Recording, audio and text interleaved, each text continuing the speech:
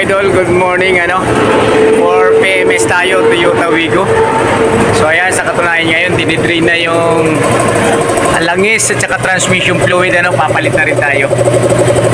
So yun, nakatulo pa yung langis, tapos yung oil filter nilagay na. So ito yung luma. Ayan.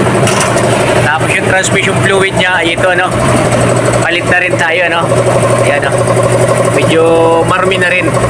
40,000 kilometers pinapalitan ito Ang pinakasagan nyo ay 50,000 kilometers mga idol. Ito, drill lang yung ginawa natin So hindi pa magpapalit ng transmission filter. Flashing lang muna tayo, drain flashing. So yun lang muna gagawin Paano ka pa mag-flashing? So patutuluan nyo lang ng bagong ETF. Bukas to, patulo. Tapos syempre lalabas yung luma. Okay mga idol Toyota Wigo. Okay, so ito, iayos na natin lalagyan na ng bagong langis. Ayan mga kaibigan wala nang intro pa, magsasali na kagad tayo ng ETF. Gumamit si idol ng imbudo na mahaba ang hose. Ang ginamit nga pala nating ETF dito ay ito, Spyrax mga idol Kala ko pa plastic na. Ayan S3 ETF MD3. Okay mga idol 3 liters. Ito yung flashing oil natin. Hinalo sa lumang langis kanina tapos pinandar. So yun na yun. Na-drain na flashing na. Hindi kasi ni sir kanina nakita ng nilagay. Okay mga bossing asali na tayo ng langis. Sabay na natin ginawa transmission fluid. Pag angat, so drain na lahat.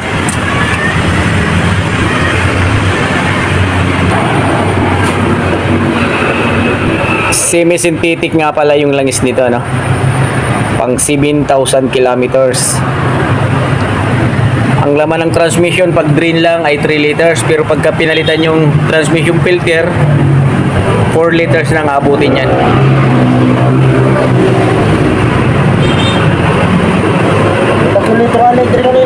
Ha? 3 litro? Spyrax yung langis ay yung ETF. So ito mga idol pang 3 litro na to na langis. Ayan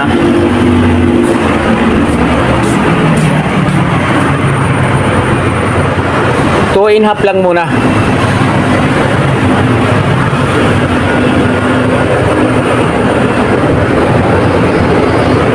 Ilang buwan ba ito bago mo pinapa-change oil?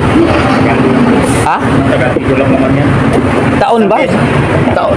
Hindi naman. Malagay mo isang taon, hindi naman lumalas. Pag yearly naman, okay lang din naman yun pagka bibihira lang gamitin.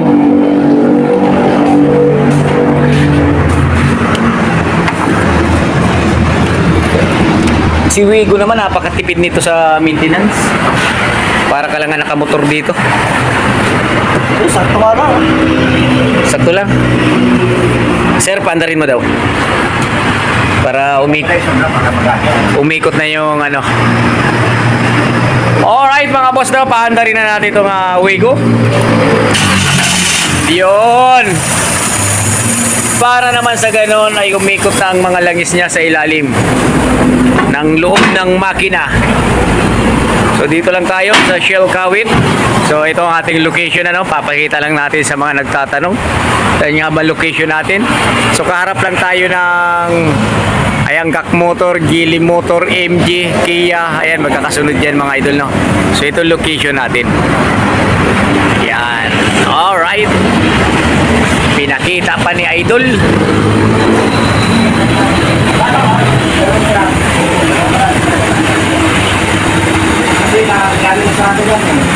Sumobra ba? Sumobra? Sakto lang. Kasi ang estimate niya, dalawa pala ako lang. Okay lang yan. Kasi pag nagpalit kasi ng transmission filter, yun na yung 4. Lilinisin na yun yung loob. So sa Nix mo, dapat palinis mo na yun. Palitan mo na ng filter sa Nix. Change ng ATF mo. Filter na. Transmission filter. Ano lang palitan yan? Oil filter ng langis. Sa transmission, meron pa yun. Bubuksan nga lang yung ilalim. Palit mo ako yan? Tapos na? Oo. Oo nga pala, oo. Hindi naman gano'n. Sige, sir. Okay na sir, thank you. Ayun, mga solid customer na natin dito si Boss, ano? Dito lagi siya nagpapagawa.